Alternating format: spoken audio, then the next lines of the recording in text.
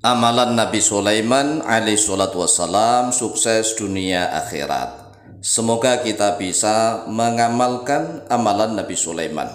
Assalamualaikum warahmatullahi wabarakatuh.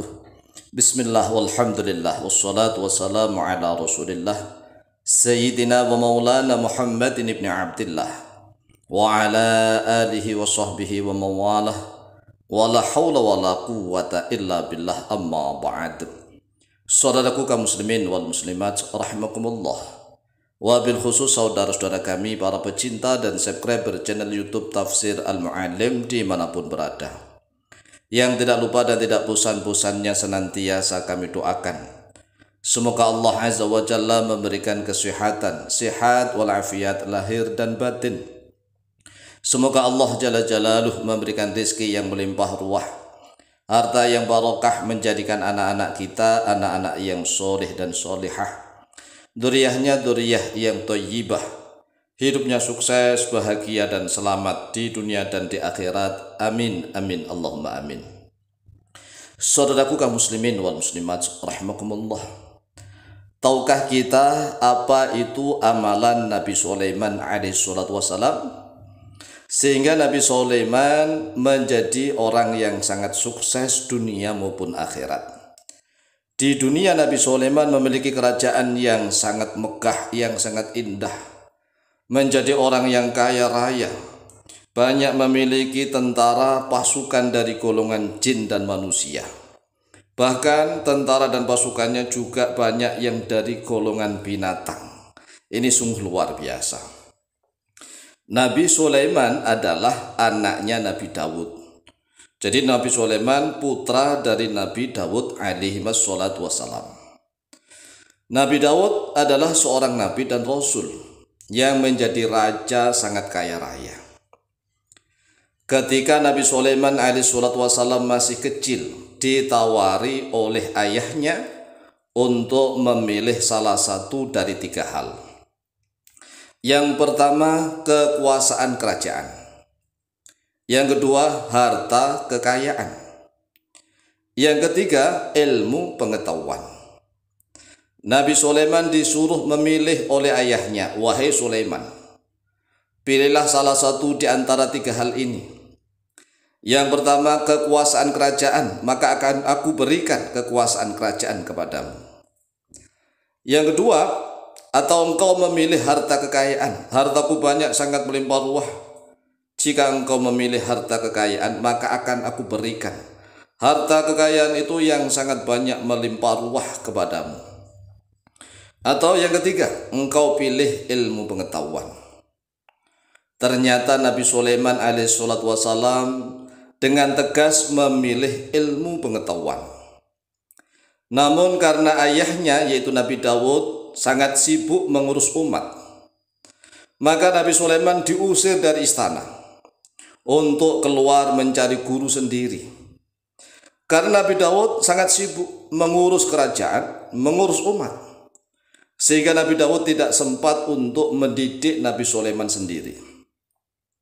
Kemudian Nabi Sulaiman keluar dari istana dan segala kemewahannya demi mencari guru untuk belajar berbagai macam ilmu pengetahuan. Setelah mendapat berbagai ilmu pengetahuan, maka Nabi Sulaiman mampu mendirikan kerajaan sendiri dan memiliki harta kekayaan lebih banyak daripada ayahnya. Inilah amalan Nabi Sulaiman. Coba mari kita renungkan. Jika kita misalnya menjadi anak seorang raja besar, apakah kita akan memilih kekuasaan atau memilih harta kekayaan atau memilih ilmu pengetahuan? Inilah yang harus kita jawab di dalam diri kita sendiri. Sedangkan saat ini banyak sekali manusia di akhir zaman yang tidak betah dengan ilmu pengetahuan. Jangankan mendatangi guru-guru, baru mendengarkan konten pengajian saja sudah tidak betah.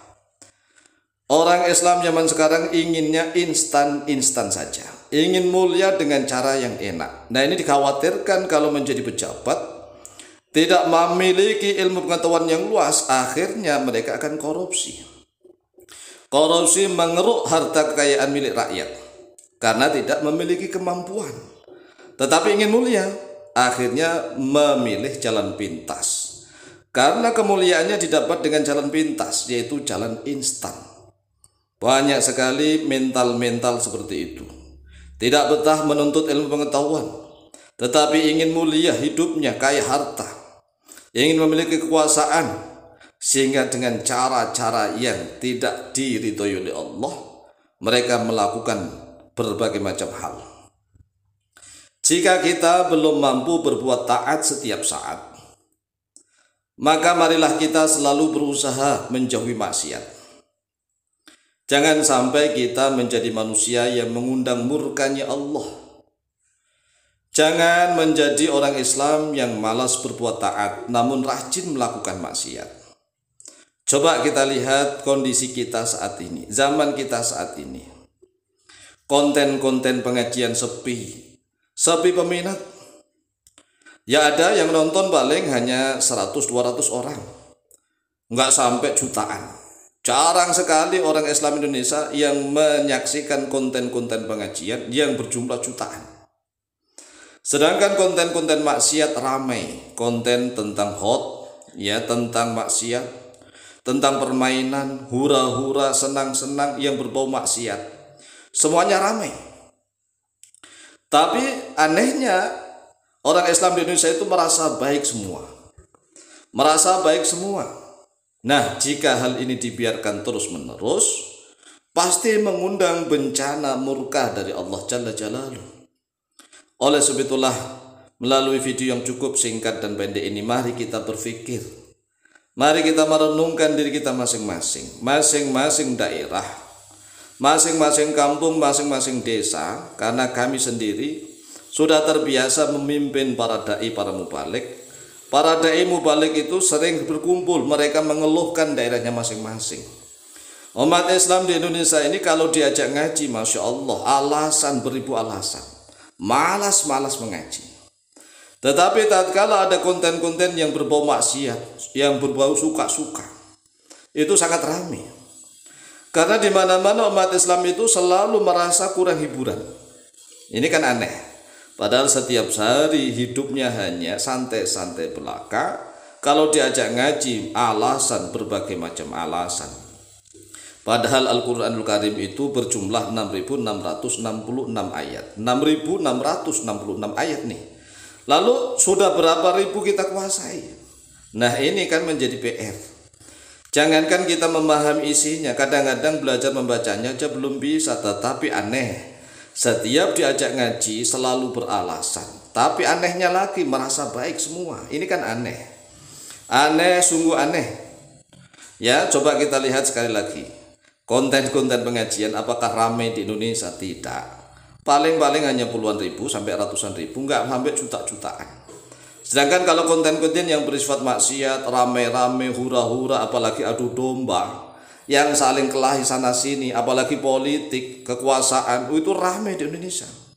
Nah, kalau hal ini sekali lagi dibiarkan terus-menerus, Indonesia bejat, rusak. Karena orang Indonesia tidak betah menuntut ilmu pengetahuan, tapi ingin mulia dengan cara instan. Kalau kurang ilmu pengetahuan, mereka akan menggunakan cara-cara yang tidak diridhoi oleh Allah. Mereka ingin kaya dengan cara apa? Menipu rakyat, dengan cara membodohi rakyat. Dan rakyat-rakyat yang suka hura-hura akan mudah sekali diajak untuk melakukan maksiat-maksiat. Oleh sebab itulah marilah kita sadar bersama-sama agar Indonesia menjadi baldatun thayyibatun wa rabbun ghafur. Demikian, lebih kurangnya mohon maaf. Wallahu taala a'lamu bishawab.